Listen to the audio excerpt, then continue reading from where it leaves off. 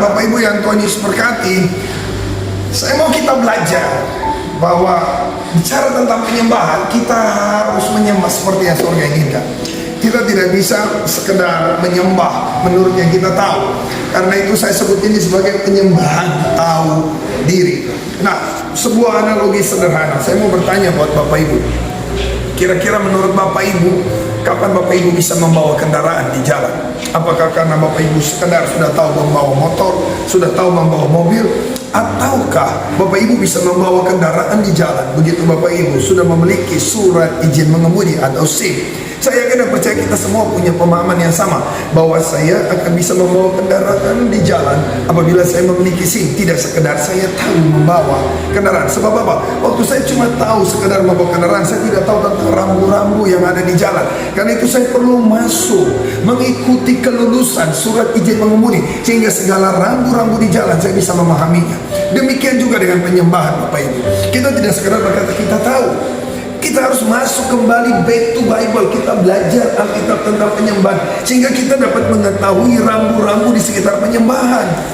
Nah, Alkitab berkata dalam Matius 22 ayat 37 bahwa Tuhan Yesus ingin kita mengasihi Dia pertama dengan segenap hati, kemudian dengan segenap jiwa, dan kemudian dengan segenap akal budi.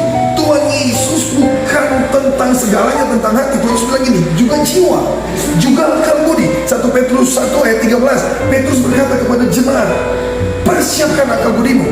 Jadi belajar Alkitab itu adalah merupakan dasar. Saya ulangi, dasar untuk kita mau tahu tentang penyembahan adalah Alkitab. Tidak bisa bicara hanya tentang bahwa saya sudah bisa menyembah.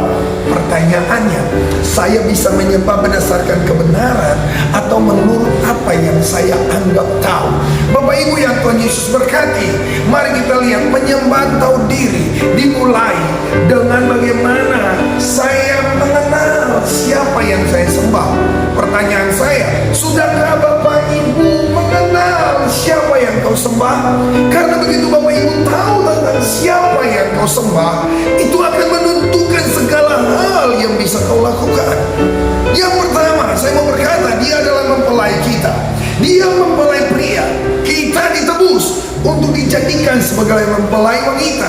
Jadi waktu kita menyembah Dia sebagai mempelai, cinta adalah segalanya. Hasrat dari cinta adalah segalanya. Kita nggak bisa sekedar cuman angkat tangan berbahasa roh berkata dia baik tanpa ada hasrat cinta di dalamnya.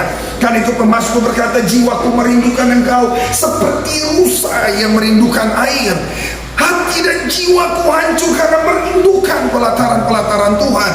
Penyembahan harus ada cinta, harus ada gairah yang luar biasa. Karena itu Bapak Ibu perhatikan ini, kalau kau menyembah tidak sekedar terjebak pada hukum musik, bahwa setelah lagu selesai saya harus menyanyikan mazmur saya. Dengar, semuanya kosong kalau tidak ada cinta.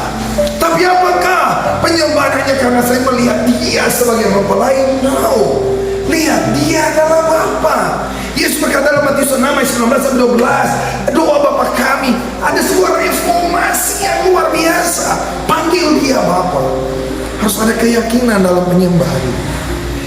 Gairah keyakinan itu yang menggetarkan surga. Saya harus yakin tentang apa yang saya lakukan. Saya nggak bisa terjebak karena saya beribadah di gereja GBI, gereja GSJA, gereja yang bertepuk tangan. Jadi saya bertepuk tangan tanpa ada keyakinan bahwa yang saya lakukan sesuai dengan Alkitab. Harus ada keyakinan. Keyakinan itu yang disebut sebagai iman. Penyembahan harus ada iman, dan itu menggairahkan surga. Yang terakhir, bukan hanya Dia mempelai, bukan hanya Dia Bapa, Dia Raja. Nah, ini yang banyak dilupakan oleh gereja, bahwa Dia adalah Raja. Dia adalah Raja. Harus ada respect, harus ada hormat di situ. Saya menyembah Dia dengan kehormatan yang luar biasa. Itu yang ada pada Wahyu 4 ayat dan Wahyu 5. Semua 24 tua-tua itu sujud tersungkur menyembah. Saudara, kamu lihat penyembahan di Alkitab penuh dengan hormat. Tapi apa yang terjadi di gereja hari-hari ini? Kita ke gereja aja, mohon maaf, kita seperti melihat dia seperti gelandangan, kita bos gitu, kita berpakaian seadanya, kita lupa etika berpakaian dalam rumah Tuhan. Ya, kita berdiri seenaknya, kita berdiri, kita bergaya seenaknya dalam penyembahan. Sekarang kita bos dan dia adalah bawahan kita. Saya mengkritikmu luar biasa untuk kembali hormati dia sebagai raja. Mari kita bertobat sungguh-sungguh. Kita sadar bahwa dia raja, segala raja. Ingat ini, dia adalah mempelai, dia adalah bapa, dan dia adalah raja segala raja. Bukan hanya tentang hati, tentang sikap kita pun harus benar-benar ada kerendahan hati untuk menghargai dia sebagai raja segala raja. Kenali siapa yang kau sembah. Penyembahan kita harus tahu diri. Bapa di sorga, berkati umatmu.